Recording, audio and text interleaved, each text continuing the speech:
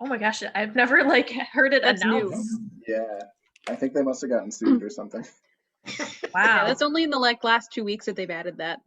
Oh, well, that would make sense because I haven't had class in the last 2 weeks to know Mhm. that that's gone away, but the little button's there, so I know we're recording. So anything you say will be put on YouTube at this point. And I'm just making sure you can see the PowerPoint over here, right? The purple screen. How to Mhm. lead a volunteer crew, which we are here to talk about today. With But our we lovely, see the sidebar too. We don't see the presentation. yeah, I keep it that Okay. way just so the other presenters know what's coming up.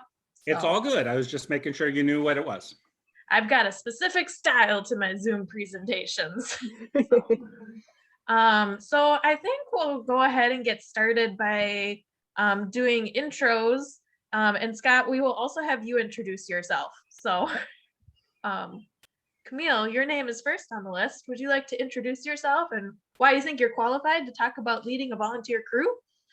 Sure. My name is Camille Holthaus, and at Theater in the Round specifically, I've led quite a few lighting crews of my own. I think at this point I've lit over 25 shows in the arena.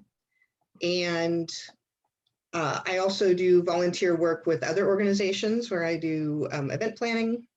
So I've helped run a lot of volunteer crews, and I'm particularly enjoy working with volunteers. So I like helping people understand the best way to take care of them. Great, excellent. Madeline and Corey? You wanna go first? Sure. I'm Corey Skold. I am the technical director out at Lyric Arts Theater in Anoka. I'm the former technical director at TRP, hence my connection here. And I've also been a TD for several high schools and other groups that rely on volunteers of all different skill sets and backgrounds. Yeah, I've helped a lot of people build scenery. And I'm Madeline Ocken. I am the current TD at Theater in the Round. I've led a bunch of different volunteer crews of varying ages and abilities, and taught a lot of people how to use a lot of different tools and a bunch of different paint techniques. Great. And I'm Sadie Ward. I've been on the board for 5 or 6 years now at this point, but I've been volunteering at Theater in the Round for like 10 or 11. And I have led volunteer crews at TRP. I also was the human resources and volunteer coordinator for a period of time at the Ordway a few years ago now. So I have a couple different experiences leading crews in technical theater, but also kind of on the event side of life. Not that we've had a lot of events in the last year and a half, but I have led some larger size volunteer crews before. And Scott, our illustrious guest, would you like to introduce yourself? My name is Scott Gilbert, and I have worked at TRP for 25 years. So I've led many crews as a scenic designer, worked with ASMs and such as a stage manager and various roles, even actors. But my claim to fame is that I taught Sadie how to wood grain. It's true. True story. One of the first folks that I worked with at TRP. So. And now she's far more superior than I am. I wouldn't say that at all. So when we're talking about volunteers in a theater, we've kind of touched on this a little bit in our intros, but I think volunteers come up in kind of any theater in a couple different ways. We've listed out just kind of a couple here. And I'm also going to preface that I've got 2 wiener dogs. So if there's noise in the background, I suddenly mute myself, y'all have to cover for me. If I just stop talking. But box office, ushers, special events, concessions. We're kind of focusing a little bit in kind of tech theater, since that's kind of our shared background together. But also directors, designers, and actors as well. I don't know if anyone has anything else they want to add to that. There's run crew and deck crew. Definitely. Great. So anytime that you're leading a crew, you have to start by getting ready, right? Like you can't just have people show up and not have some kind of semblance of a plan. And that can mean kind of different things for different projects. And I think we all have kind of slightly different approaches that all kind of embody this. So I'll let someone else jump in at this point. I can talk about lighting design specifically. I think it's very important when you're working with a volunteer crew to make sure that you have your paperwork completed and clear so that other people can read it, particularly in lighting design. I think when we work with just a couple people in smaller theaters, we kind of get in the habit of scribbling things down and maybe not doing formal drafting and doing formal channel and hookups.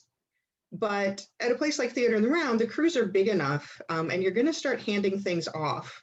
So you do need very clear drafting so that you don't have to stand there and explain everything. Very clear sheets for pulling color and that sort of thing. The better your paperwork is going in, the more you are going to be able to get done with people. Yeah, I think that goes for a scenic load in or any kind of volunteer call as well. I think the more kind of roadmaps and visual aids you can give people, the more they'll be able to answer their own questions instead of you having to answer questions all the time and not being able to actually do some of the things that need done. And yeah, takes a dedicated chunk of time to plan.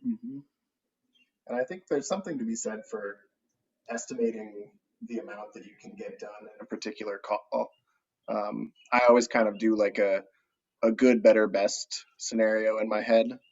So I have like the things I absolutely need to get done, realistically what I expect to get done, and then if my volunteers come in and are amazing and just crossing things off the list left and right, I have the next steps so that nobody has to stop and feel like they can't continue.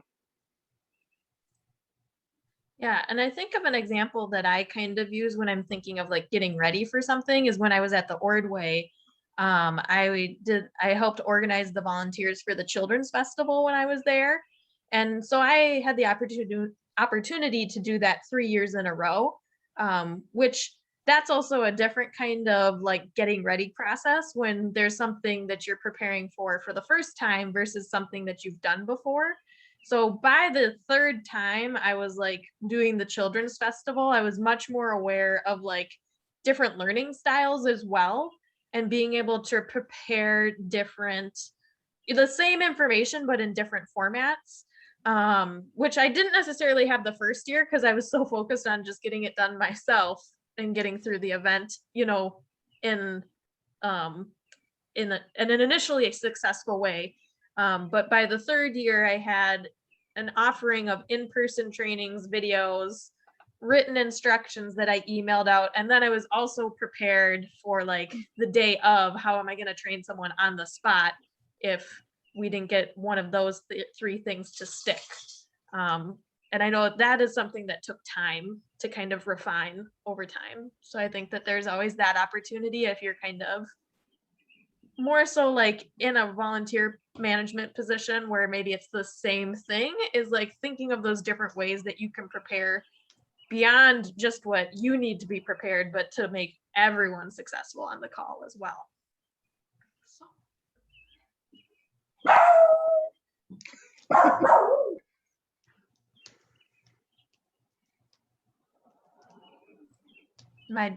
That's Phoebe. She has many opinions about volunteer management. So I'm going to mute myself and someone else can chat. I was going to say, sounds the Dachshunds have joined the call. So making a plan, in addition to having the materials you need with people, you need to have a plan for how you're going to work with them. And knowing a few of these things ahead of time can be very helpful. If you're working with a volunteer coordinator, you probably want to find out beforehand who's coming in, if you know anything about their backgrounds. And the more you know going in, the more you can kind of make those plans like Corey was talking about, of what's reasonable for getting done. And one of the things that's really important for all of us is, are you working alongside people or are you supervising people? And that often comes down to who's coming in, and then also who shows up randomly that you weren't expecting. And I'll talk to the third one too, is how many things can happen at once? How many things can you keep control of at a time? So for me personally, I know I've helped people learn how to keep two different groups of people focusing at Theater in the Round. So after you put the lights up, you need to focus them. And because we work on ladders, because we're up and down all the time, if you're really well organized, you can keep two different groups working. So one is moving their ladders and getting into place while the other one is actually working with you and focusing, and you can really speed things up. But some of that just comes with experience of having worked in the space, of knowing how you can break things up. And sometimes, depending on who's there, how much help they need understanding like how to move to the next task. Yeah, and I'll add that if you're working in the space while another designer is also leading their volunteer crew, knowing who needs what materials and who needs what space when are two major things that'll help get things done and avoid confusion, especially in a space like Theater in the Round where it's not a ton of playing space, so it can become pretty hectic pretty fast if there's not a clear sense of priorities of materials and space. Mm-hmm. And similarly in the shop too, you might have 4 or 5 different projects going on at any given time, and kind of knowing what's going to be more complicated versus what's going to be a little bit simpler, and sort of being able to gauge who might be a good fit for what project, or who might be a good fit working with somebody else, so that you can, dedicate the time to supervising if you need to, or if you've got somebody who needs a little bit more hands-on, kind of needs to be walked through a little bit more. Mm-hmm.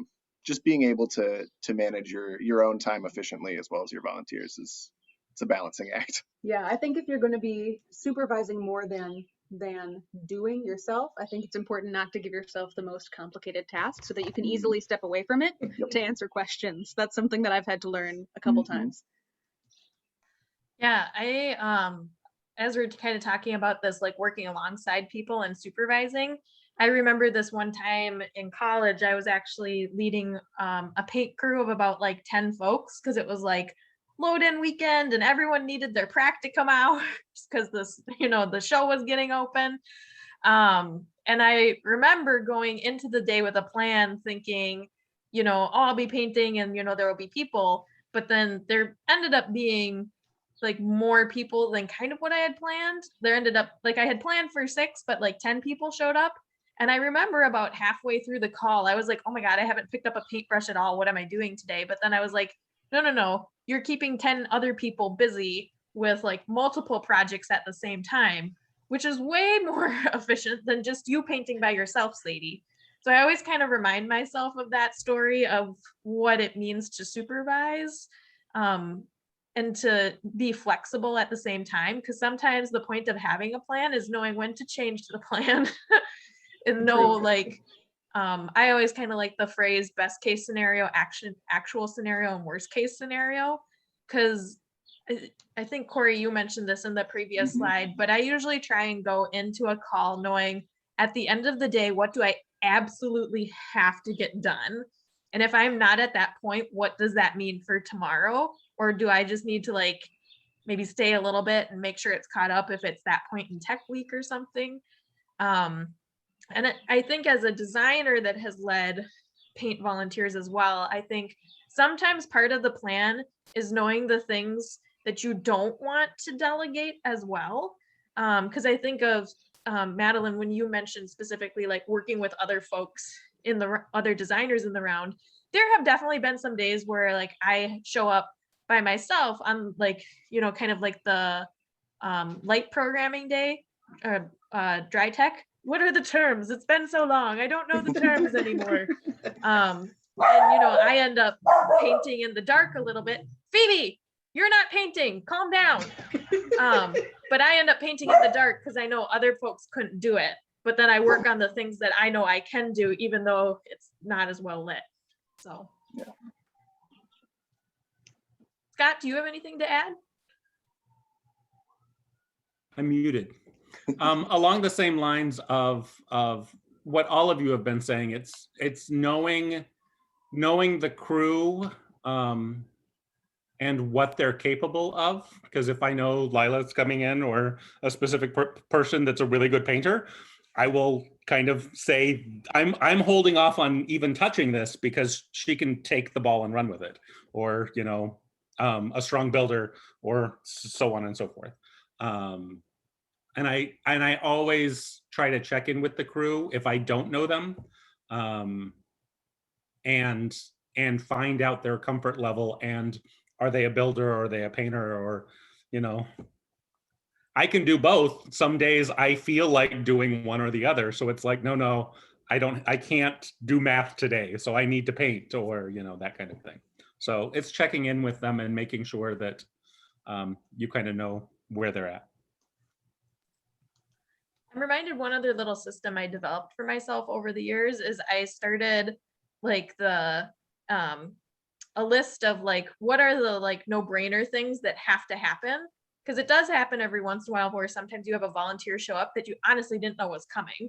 So there's usually like something that needs to be back painted or something like that, that you can like, you know, lob to someone while you can figure out something else to do, but still take advantage of that maybe unexpected time as well. So that's something that it took me a little bit of time to figure out, like if I just write it and put it in my back pocket for every paint call, and then I can just look at it and not have to think about it, then it's there. So that's kind of preparing for the call. So there's a certain amount of kind of planning and just kind of thinking through the process. And then when you actually get to the day of the call, you know, there's a certain kind of like a checklist of in a certain way of things that you just want to make sure you do, so your call starts out on the right foot. And I think definitely greeting the crew is always an important thing to do, because I think that you really set the tone of your call as a volunteer leader. I know that in previous versions, we've had strong opinions about that, so I'll let other folks talk more about that as well. I have very strong opinions about that, of whether I know someone or not, is when they come into the space is like saying hello if they don't know me, or it's been a while, reintroducing myself, being really clear about who I am and what my role in that space is. Because particularly people who are new or walking in, they may be walking into an arena full of people that they don't know, and people are introducing themselves, but I want folks to know who I am, especially because we often get other designers who come in to help. And so if someone's like, oh, I know this person was lighting designer last time I was here, like we want to make sure they know, oh, okay, but this time they're here helping for the crew. That's not their design. So and for myself, when I've walked into spaces and nobody like looks up and says hi or welcome or, hey, great, you're here, we're starting in 5 minutes or something, I always feel like I'm at loose ends and I'm not quite sure whether I'm where I'm supposed to be. So I think it's really important to greet each person and kind of establish that they're in the right place and kind of what's going on when they get there. Mm-hmm. Yeah, I think creating a welcoming atmosphere and letting people know that you're glad they're there is important. And also just to let folks know that what the priorities are, you know, like if you feel sick, here's where the bathroom is. If you don't know where the first aid kit is, here's where to look. Here's who to ask questions to. I think those like ground rules going in, letting them know what the priorities of the day are in terms of what's getting done is excellent. And helping people, I think it helps people feel comfortable asking questions, so that they don't feel like they should already know all of this info going in that they might not have. Mm-hmm. Yeah, I think from the moment, you know, a call starts, as soon as the first person arrives, you know, you're putting on, or you're being observed. You know, you need to act the way that a leader would in any type of call. So whether that's, you know, making sure that everybody knows what needs to be done, as well as making sure that everybody's in an environment that they feel safe and are excited about, and like have a clear expectation for what kind of the next, you know, couple hours to couple days might hold. And especially in theater where we have so many job titles, you know, someone might show up in the front and say, I'm here to volunteer, and you go, great. And then halfway through hanging lights, they might be like, I thought I was going to be in the shop. So just knowing like, oh, you're here for this thing, great. Hi, I'm so and so. Nice to meet you. I'm excited to work with you today is a big big first step.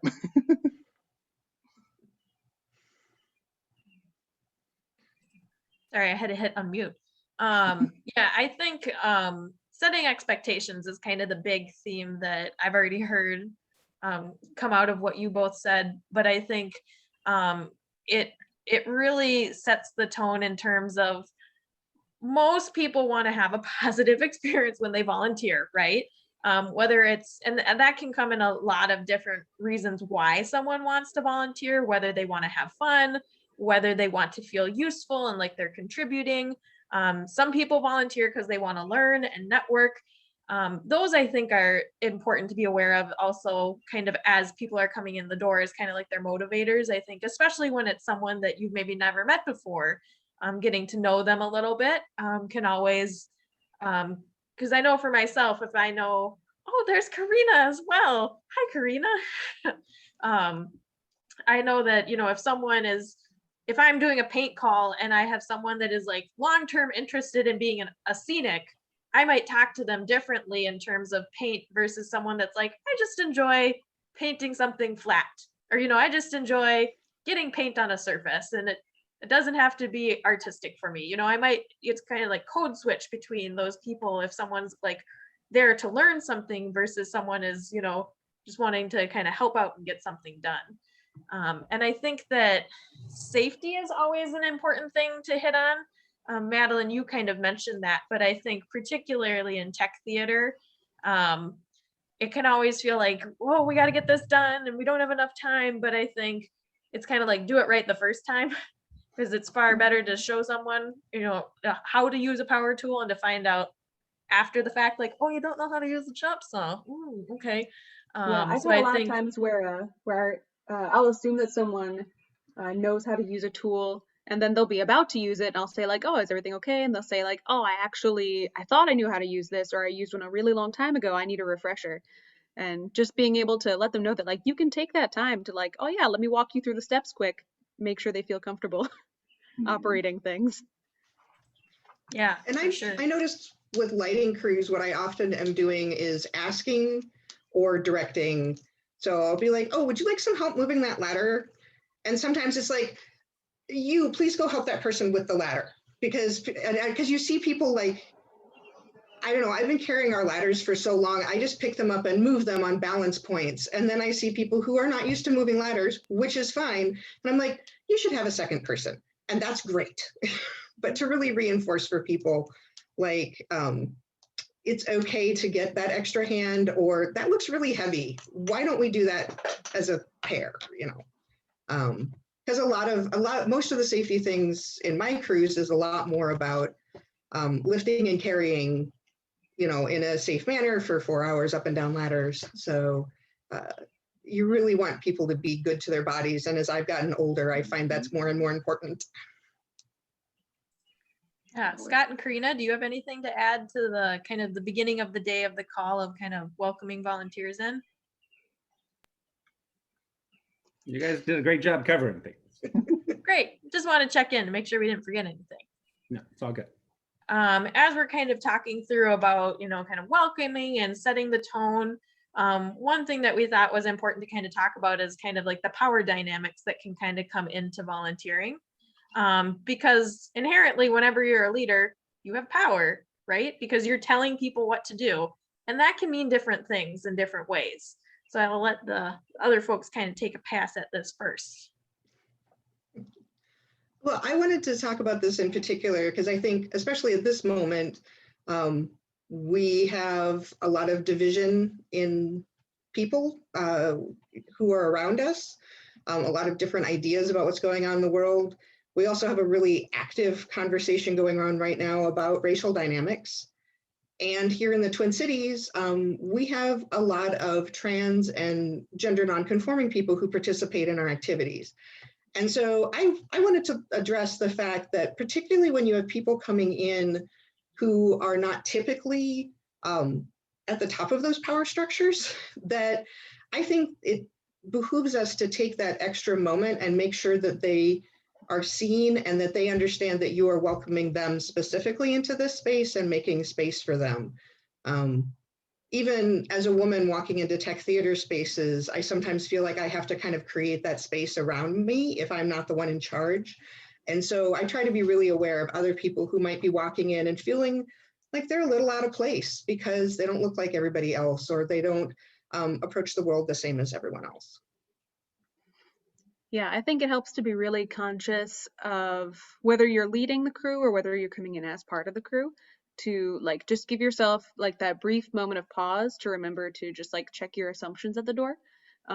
Whether it's someone you know coming in or whether it's a person who's new to your crew coming in. It could be that maybe there's someone you know and you know like how they work and what they're good at, but you don't know if maybe they're not feeling good or up to it today and don't want to tell you.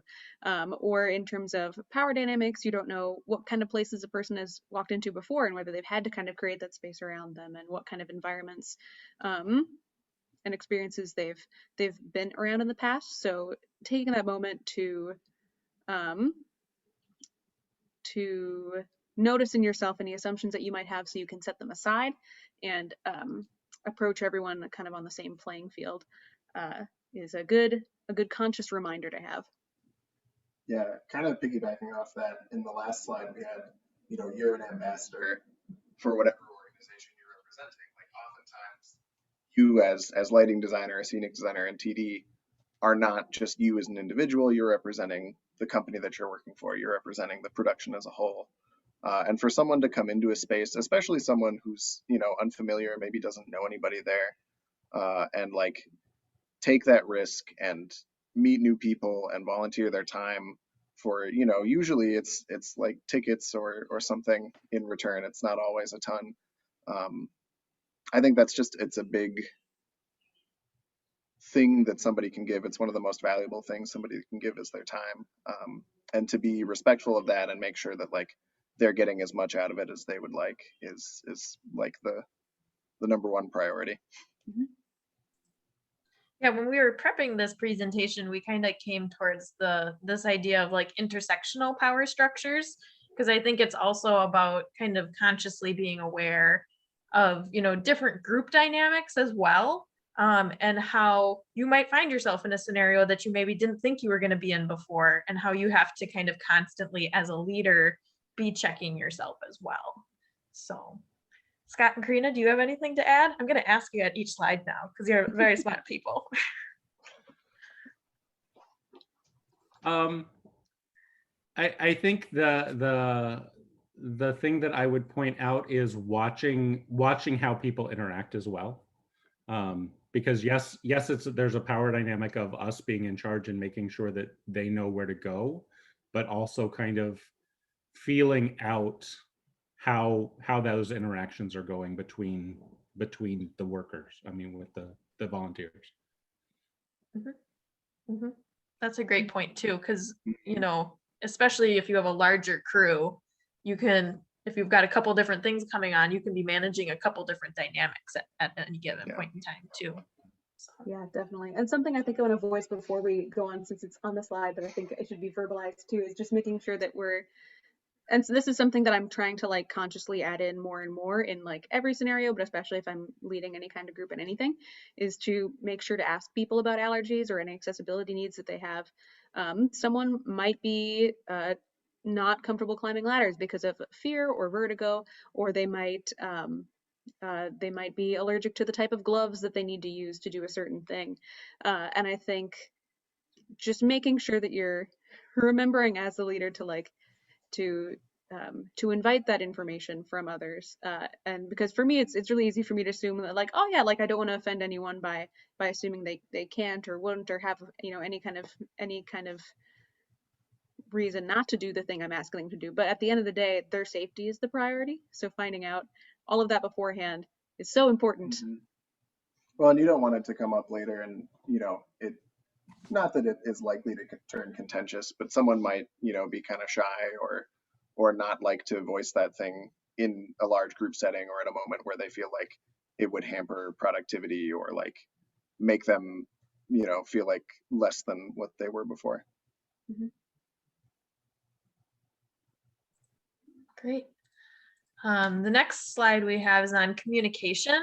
which I think is something we've kind of touched on in kind of all of the slides leading up to this, but I think it's important to talk about specifically in the way that, you know, everyone has different communication styles. And I think particularly with volunteers, you can be communicating to people at a variety of different levels of experiences coming in, which I think that takes some experience and skill as a leader to learn how to fine tune that to make sure that you are communicating as effectively as you can be to everyone.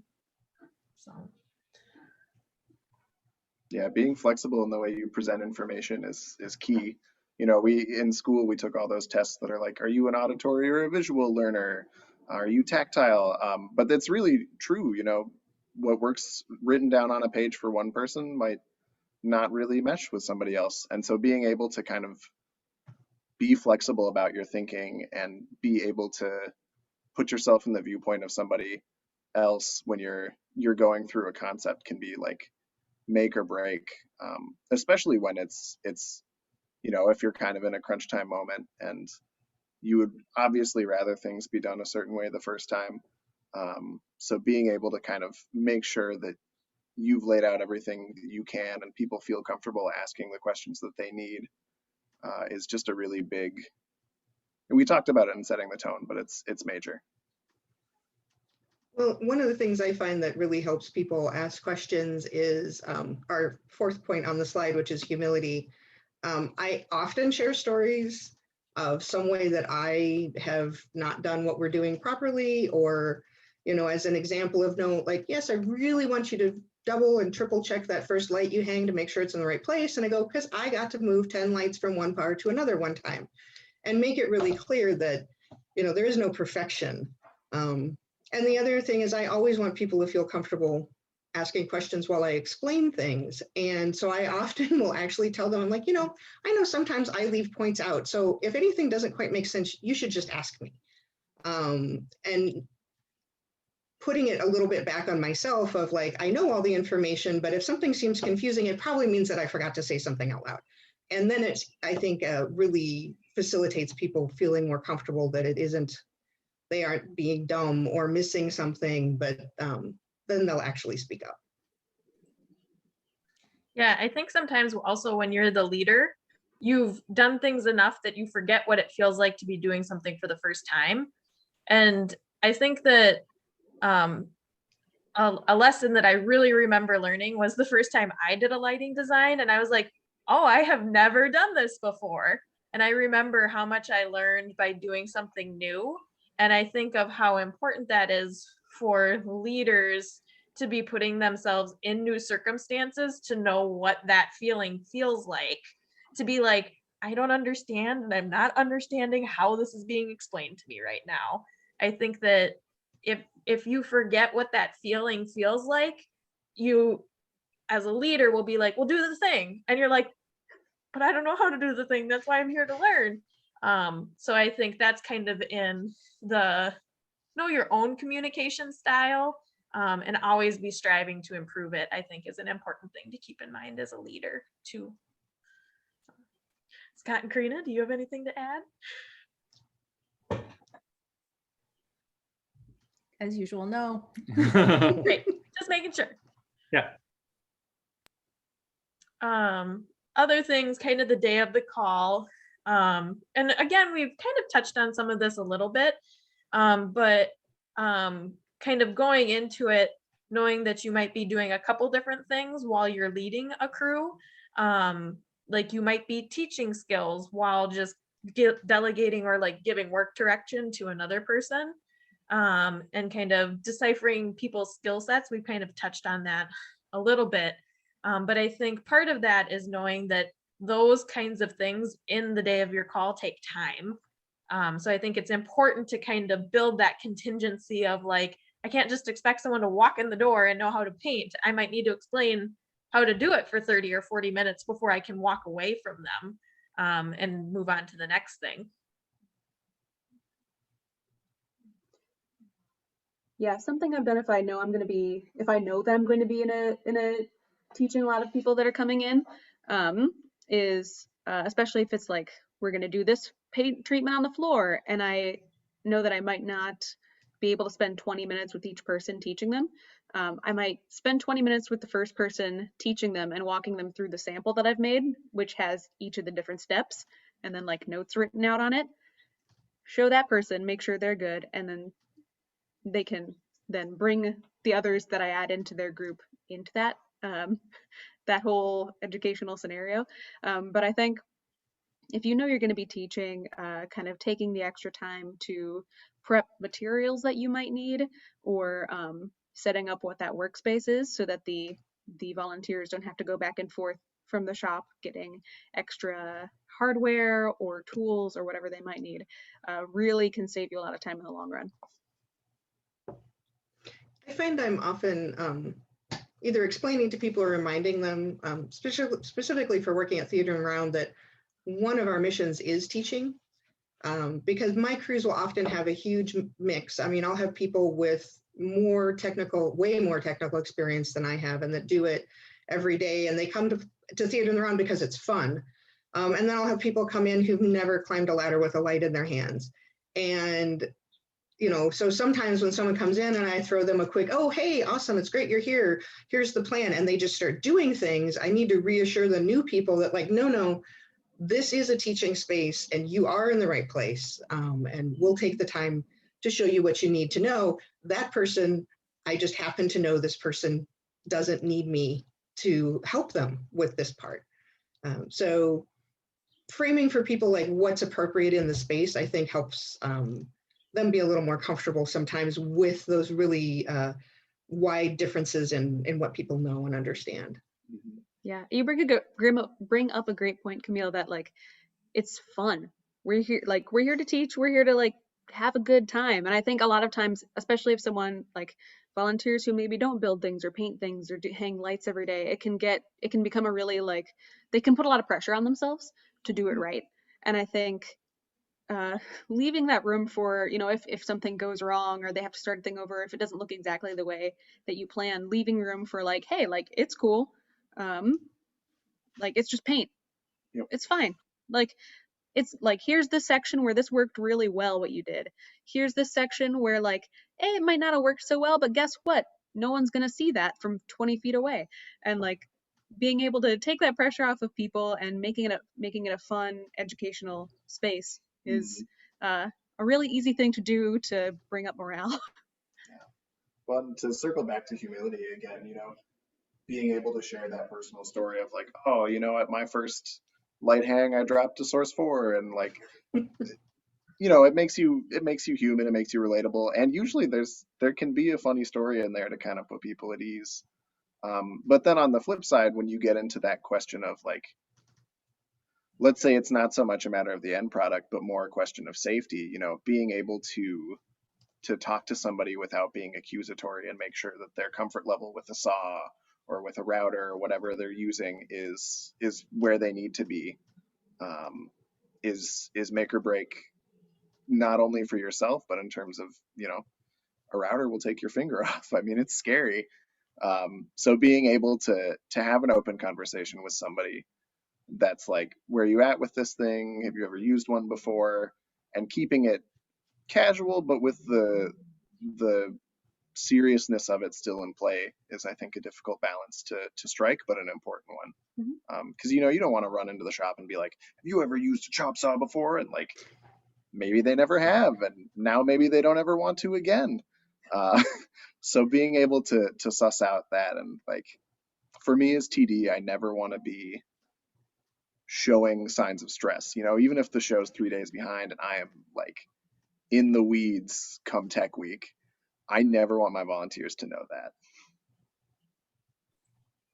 And I think over time with more experience, like you learn some of those like skills as well, just by knowing, like, I know that I'm very confident in teaching people wood grain. Thanks, Scott.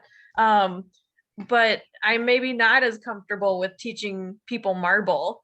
And like, if I am showing like, how do I do this? That then kind of instills uncertainty in folks. But it's like, no, just like put on your wood grain face while you're marbling and get through it, because that's your own issue. You've got to help this person. Because I remember one thing that I learned in human resources is the tone that you can set in terms of like helping someone not be nervous in a kind of a given situation. And I'm like, I can help this person be more successful if I can help them be less nervous. And I think that again, it takes time to kind of be able to read the room and the situation, to be able to help people with those things. Scott and Karina, anything to add? The one that that came to mind, I mean, several stories came to mind. But I was working on a show, and the designer walked me through the paint treatment to do on the modesty panels. So I did what he wanted on the modesty panels.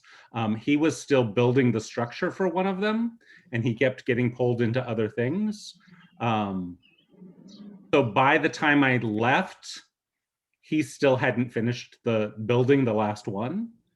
So then someone else had to paint it, and it didn't look the same because there's a consistency. So it's finding out how long that person is so that they have the resources they need to or can do to do the job. I mean, it's balancing those things and making sure maybe that one person isn't the only one working on the project if there is time constraints. And I think there's also things that you can learn as a leader by volunteering on other people's crews, because I think you can like pick up things of like, oh, I've never thought of doing it that way before, or just like, oh, I liked being like treated this way as a volunteer, or like I didn't like being treated this way as a volunteer. I'm gonna make sure I never do that on a call. So I think it's, again, important as a leader to go and experience those other leading styles as well. And Scott, you bring up a great story about checking work, right? Like, because you acknowledge that the paint treatment didn't look the same. And Corey, I think you said some great things about even if you're in the weeds, not showing it. And I think this kind of relates to that a little bit in terms of like, sometimes you come back and it doesn't quite look like what you thought you did. Because I know I've given direction sometimes and I've come back and I've been like, I cannot be mad because based on the direction I gave, this is not wrong.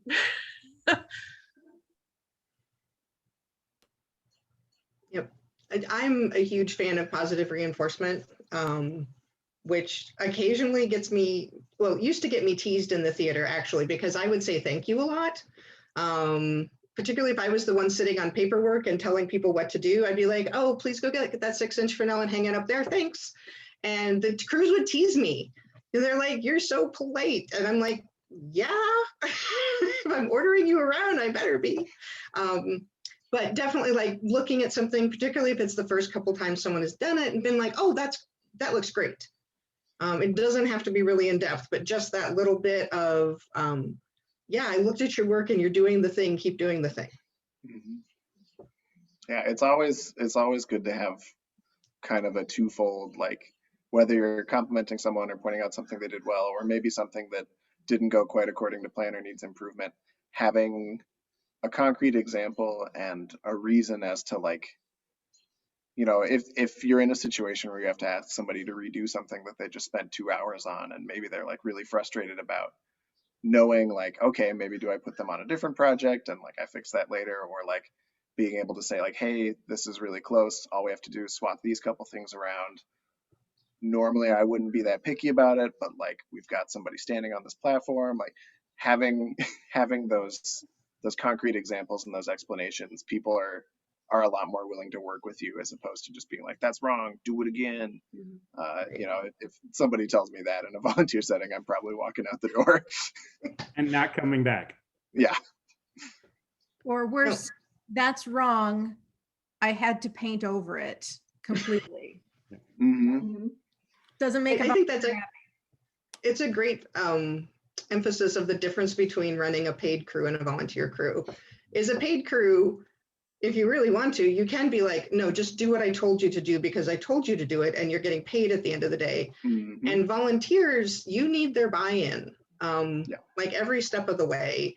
And you don't have to overdo it, but you do, like if you are asking them to change something or redo it, they need to understand why. Maybe that'll help them remember to do it differently next time. But just remembering that they're there instead of doing something else that they might also enjoy. And, you know, taking care of this crew really well means that they'll come back to work with another designer, with another group. I also try and keep in mind like what's the important storytelling aspect of the show. Because sometimes, you know, kind of Scott, the scenario you gave where like the two different panels look differently and it maybe like takes people out of the storytelling of it. That's maybe a different area than like that doesn't look like what I thought, but that is good, right? And I always think it is more important for this volunteer to feel proud of the work that they did when they come back and feel this show than for me to get uptight about how a stone looks, right? Mhm. Because I also think of the times that I've had volunteers where I've never met them before, and I just like you have no expectations because you've never met them before, right? And I'm thinking specifically of a slate tile floor that I painted for a show. And I was working with a volunteer that I had never worked with before. And I was like, oh God, I don't even know that I'm confident with slate floors. Like, I hope this goes well. And by like after a couple stones, I like genuine like positive feedback. I was like, that is amazing. Like, where did you learn how to do that? And I think having those moments of like when to just like really genuinely like let someone know just how impressed you are, I think is important too. Because I think that that can be validating for that person's experience too. When they're like, "Oh, I didn't think I could paint," and I'm like, "No, you can. You really can. Like, keep doing it." So Yeah, sometimes what you're teaching is that a person can do a thing, especially when it comes to, I think, power tools, because a lot of people are taught to fear, like to be afraid of them. A lot of times, a lot of people I've taught have been like young women or young non-binary folks who, like, historically, people aren't handing them power tools and saying go ham. And sometimes the part of that lesson is that, like, yeah, you can do this. You don't have to be scared of it. You have to respect it because you don't want to take off a finger, but you were completely able to do this thing and to learn how to do other things. Corey and Madeline, I'm going to get you matching shirts that say it can take off a finger because you've both given that example in I different was stories thinking, at this point. So as soon as Madeline said it, I was like, we're kind of, you know, we're maybe a little grim this corner of this evening, but I think there's also some like literal logistic things that you need to keep in mind whenever you're running a crew too. I think starting and ending breaks is really important. Because I know I've been in some volunteer situations where I'm like, can you please take a break? Because you've been working longer than I have. Can you please go sit down and drink some water? Because I think sometimes people get so in the zone that they just don't think to stop. And that can be a bad thing sometimes. So. Sometimes I am that person, and so I need to say at the beginning of a call, if you want to take a break or get some water, just do it. Or like, just do what you need to do physically for yourself. And that'll help me remember too as well. And I always like set those times and things so we have those, you know, given moments where everyone's going to take a break right now. But I think letting people know that breaks are important is a good thing. And I think sometimes, we've all been in that situation where we've had to like pull an all-nighter or like push ourselves to some ridiculous extreme and like, you know, lift 20 sheets of plywood up a flight of stairs by yourself or whatever. And like we as theater people will, you know, kind of swap war stories and be like, oh, this one time in college I stayed up for 3 days straight focusing lights. Yeah. But it's also really important to remember that like we're in an industry and even in the volunteer space where like a lot of people are conditioned to think like you have to suffer for your art and you do it as a sacrifice, and that's unhealthy and unrealistic. Uh, and being able to be that person who is like, look, your safety and happiness and sanity takes precedence over the show is a major, major thing that I'm always looking for and was always relieved to see, you know, in college or in high school where I was that person who was like staying up for 3 days straight and then completely useless at a call because I didn't think about that. It reminds me of this one time in Treasure Island when Sadie and I were working in the afternoon, and we probably both should have just gone and taken a nap for half an hour because that was a whole lot of time that was just not as productive. I was literally thinking of that exact same story because I remember it was just you and I, and like an hour of time passed, and we both kind of looked at each other and we were like, what did we do? And we were both like, I don't know, but we're still tired. And I think Karina and I now always make sure it's like, is it break time? Do we need food? We're very good at checking in with each other whenever we're on a call. So Yeah, if I'm feeling a time crunch, and I am like, do I need to set a timer for myself so I can't miss it? Yes, then I will do that, because if nothing else, my phone timer will hold me accountable. and I think also kind of with breaks, particularly with volunteering, is knowing how to keep it fun and social too. Because I know we've kind of talked about how sometimes it feels like there's crunch time. And I think, Corey, you kind of mentioned it, how it might be like, oh, I'm really feeling this right now, but I need to make sure everyone else is still having a good time, because generally people are more productive when they're happy. So When one of the things I've been known to remind people sometimes is they'll get to talking and then their hands stop moving or their feet stop moving. And sometimes, and I'll often just be like, hey, you can do that while your feet are going, or, you can do that while you're climbing a ladder, because I don't want them to stop talking and enjoying the time, particularly during a lighting hang. They don't need to be listening for anybody, but to kind of not be like, get back to work, but just like, oh, hey, you can keep doing the thing while you're talking, or, enjoy all of that. which segues excellently into keeping people on task. Good job, Camille. Thanks for following Excellent. the PowerPoint. Because it does go back to kind of what we initially said about the plan, right? Because I know for myself in that good, better, best scenario, particularly if like there are some days where I'm like, we are rocking this, like we got so much more done than I thought we were. And I make sure that I vocalize that for people. I'm like, folks, we did awesome today. Like we got so much more done. This is gonna make tomorrow great. So then that also helps, let calls breathe a little bit too and help people feel relaxed. And one thing that I know we've had on a couple slides, but I'm not sure that we've really hit this home yet, like we did the last time we gave this presentation, but it's how you say it, that I think is really important, because tone conveys a lot in these kinds of situations. So. Yep. And I can speak to the pairing people together. For lighting crews specifically, we do get volunteers who don't climb ladders. And I always reassure them like, oh no, there's ground stuff to do. And it usually means pairing them up with somebody so that they're bringing them whatever they need for the top of the ladder. Because honestly, the most tiring thing we do is go up and down the ladder. So the more people stay up is good.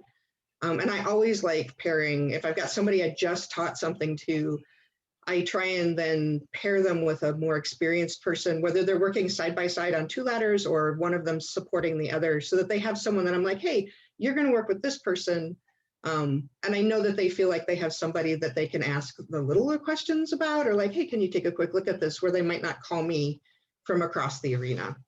So I think those pairings, or sort of creating those connections, can be really helpful. Yeah, and I mean, having those people on your crew that, whether they are a familiar volunteer or maybe somebody that you've brought in personally to like be kind of a second for you or be another set of eyes, can often, save you just a whole bunch of time and heartache. Just so that you do have somebody who, when push comes to shove, if you need to pass something off, you can, and know that like they've got you and you're in good hands. So if you've got to direct your attention elsewhere, you can. Scott and Karina, anything to add? We've got a family thing that we're discussing over the computer right now. Sorry. Okay, sounds good. As we kind of are working through our day of call slides, we also have a wrapping up slide, because as we've kind of talked kind of formally a little bit about how you prepare, how you start the day, how you kind of keep the day going, I think it's also really important to kind of focus on how you're going to wrap up a call. And And I think of this particularly in terms of like one-off events versus like, I have a call every night this week, so I'm going to wrap up differently Monday through Thursday than I might on Friday, right? And I think it's always important to thank people and make sure that they, you know, sign in or do whatever they need to get credit for things. I don't know if anyone else wants to jump on that. No, I often find on my cruise, I've got someone who's staying behind to help me with something, or there's an extra thing. And so I often will kind of formally end the call, or I'll be like, hey, it's 10 o'clock. This is when we said we were going to end. So, you know, thank you very much, and do the, you know, things that are coming up. Did you sign the sheet? All this kind of stuff. And then if people start then I will sometimes literally say, oh, and you know, Scott's going to stay and help me with something real quick. So it was great for all of you to be here. Thanks so much, because I need them to move on. And people will get thrown off when not everybody's moving the same way. But it's also important. I often have people who are leaving in staggered. I'll have people who, so when we're doing a hang, it's usually Sunday nights. And so I'll have people will be like, oh, I have to go at 9, I have to go at 10, I can stay as long as you want. And so also making sure I pick those people up, you know, noticing like, oh, hey, it's 9, you said you needed to leave, thank you so much. And pick those people who are not going to stay till the very end. It's important that they get that reinforcement as well. Yeah, I think having wrapping up a call kind of not gradually, but taking note of where everyone is in their process of what they're doing, and being able to say like, all right, get to a good stopping point, and then start washing brushes, because I'm going to be wrapping up with these other folks soon. So that when you pick up the next day, things have been stopped in a reasonable place to pick back up again. And B, sometimes it's hard to get people to stop. Sometimes they just want to keep going up until the last minute, but you need to leave time, build in time for cleaning, for the shop to be put away, everything to be safe, everyone to have a drink of water, and to say thanks before they go. But if there's like one person still at the chop saw right up until the last second, the other people are also not going to feel like they can stop, and it'll just keep rolling. So I think being able to get people to where you need them to be when you need them to be there, so that everyone is actually wrapped up at the same time, is kind of an important skill that you learn. Kind of like if you're making multiple dishes for a meal, so that they all are ready at the same time. It's kind of like that. And then That's just a to hammer home, good like analogy. building in that moment to acknowledge that like people have come in and volunteered their time, which they could have spent doing literally anything else. Whether that is, you know, making sure they get the credit, or like their name is on the list so they get tickets or in the program. But also just like, for me personally, I love to be like, oh man, we got so much done.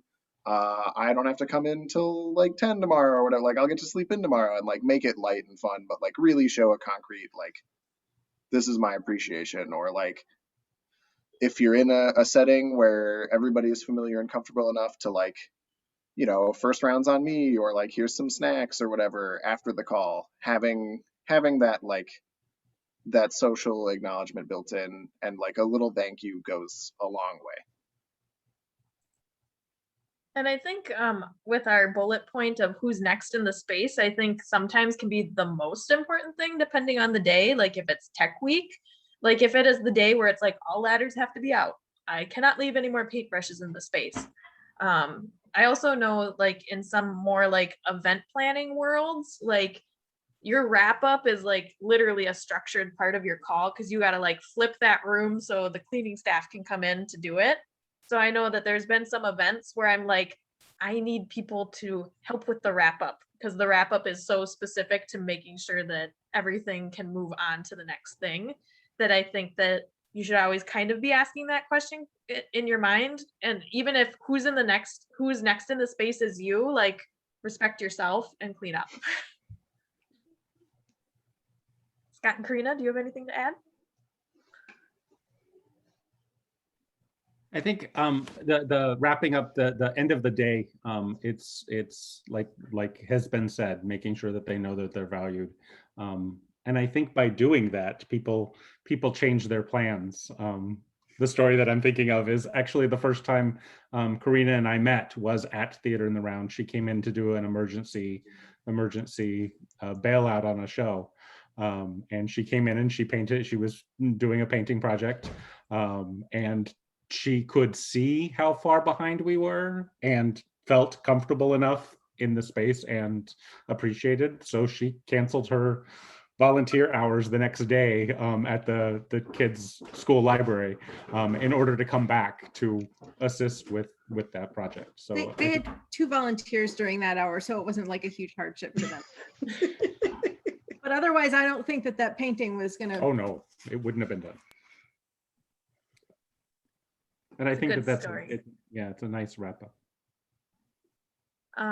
Sometimes if you're leading the call, you don't always necessarily do kind of like the formal follow-up afterwards. But I think that, you know, kind of the more that you can kind of keep that relationship building, you know, you're kind of building a positive, you know, representation of yourself as a leader. So even if it's not literally a call tomorrow, you know, being able to know, have a volunteer be like, I liked the call last time I was there, is helpful too, even if it's not the exact day, because repeat volunteers are really helpful, right? So. And I think we had it on an earlier slide too, but I think it's applicable here. I find that people follow people more than they maybe necessarily follow organizations.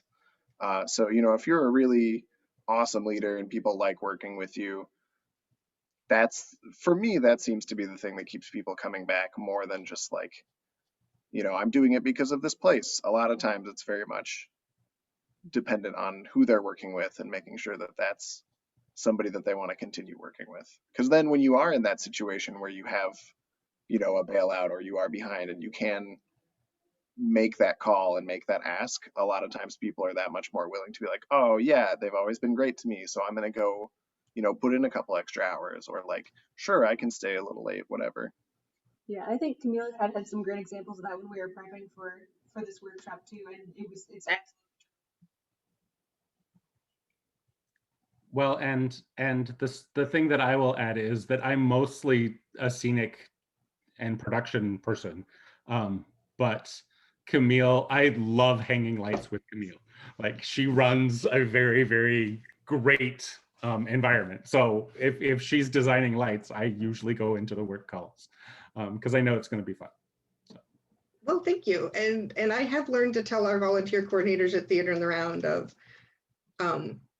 tell them who the designer is, or tell them who the crew lead is. If I know I have people who tell me, oh, I like to come work with you, like, you need to tell them who they're going to be working with because they're more likely to show up.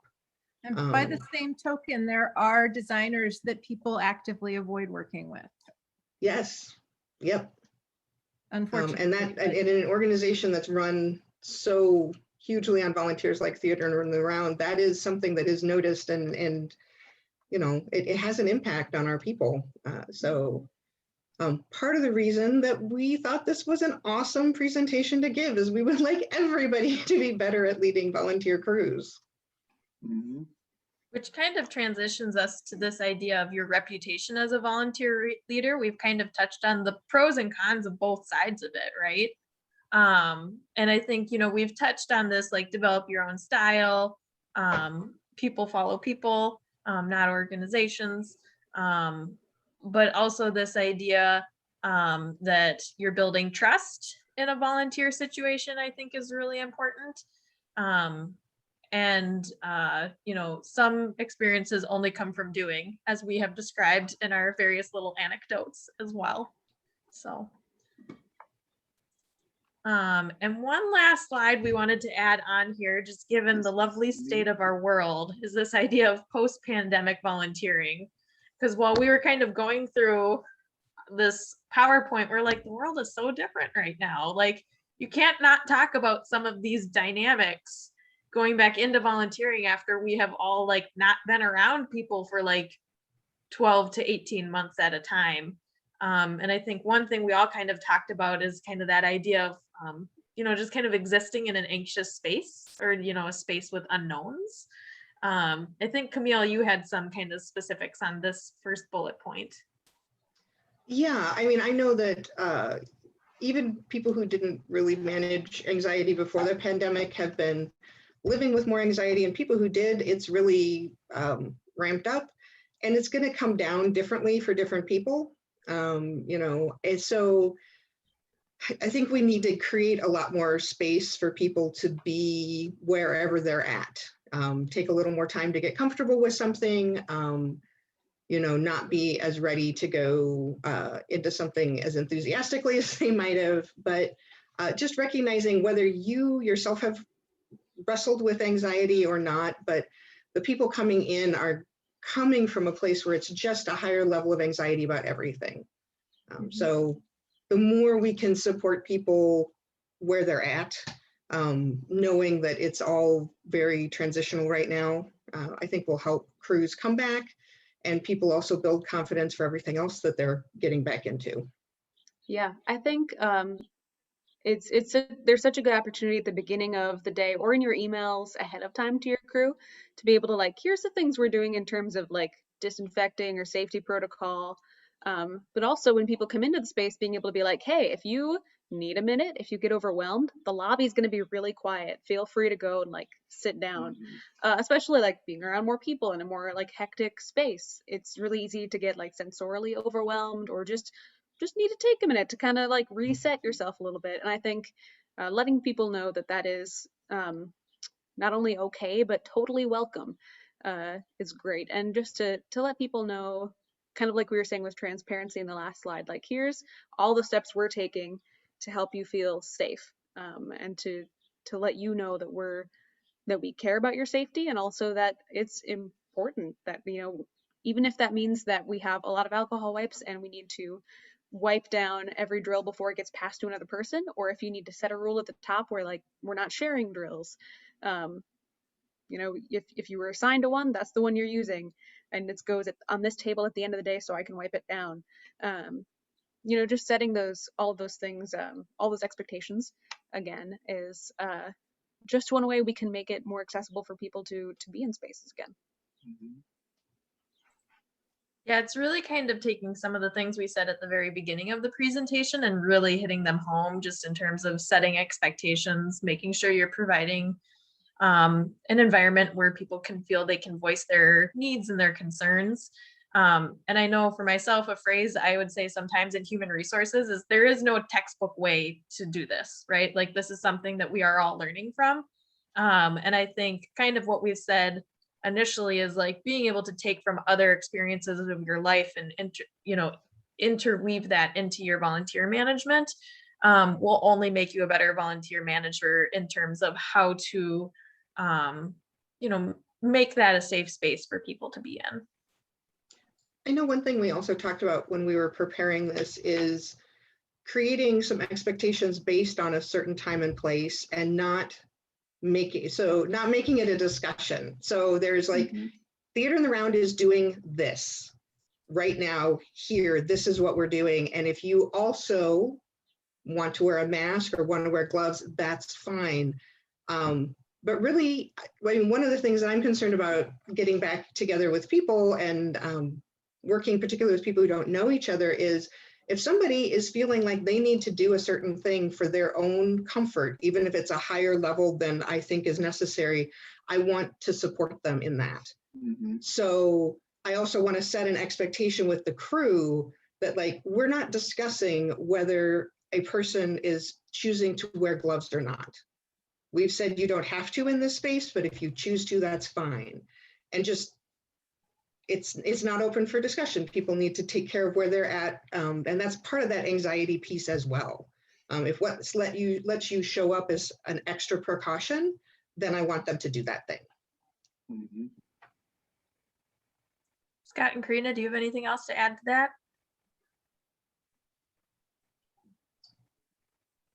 Don't really know how it's all going to work post-pandemic, as things change daily, weekly, sometimes. So. Great. Well, that's our presentation. Any questions or anything we didn't cover before I stop the recording? No, thank you for getting us all together, Sadie. Yeah. Appreciate it.